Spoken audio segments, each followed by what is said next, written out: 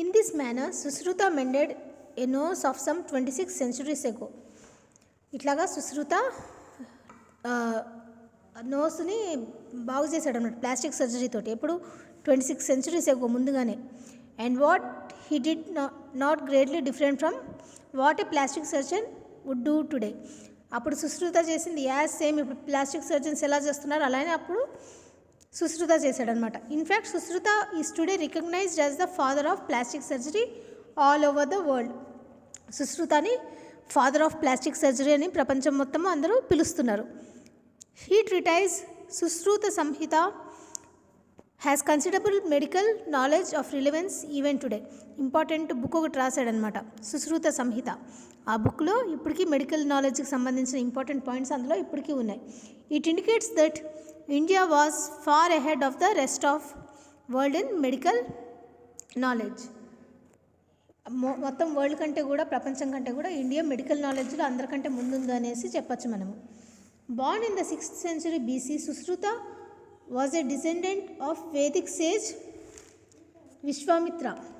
ఎవరంటే Sushruta 6th centuryలో descendant అంటే వారసత్వం కలిగిన విశ్వామిత్రుడికి వారసత్వం కలిగిన వాడనమాట Sushruta.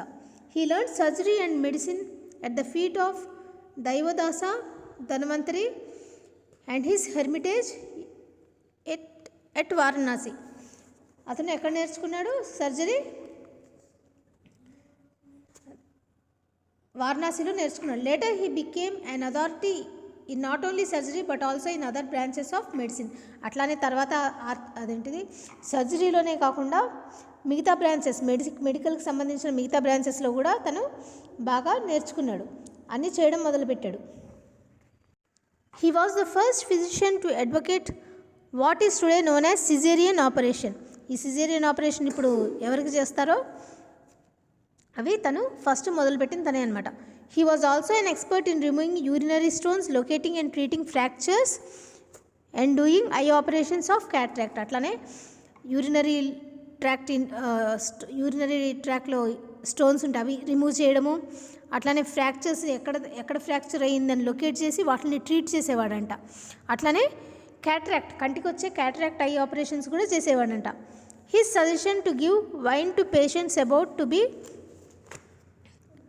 Operated upon makes him also the father of anaesthesia.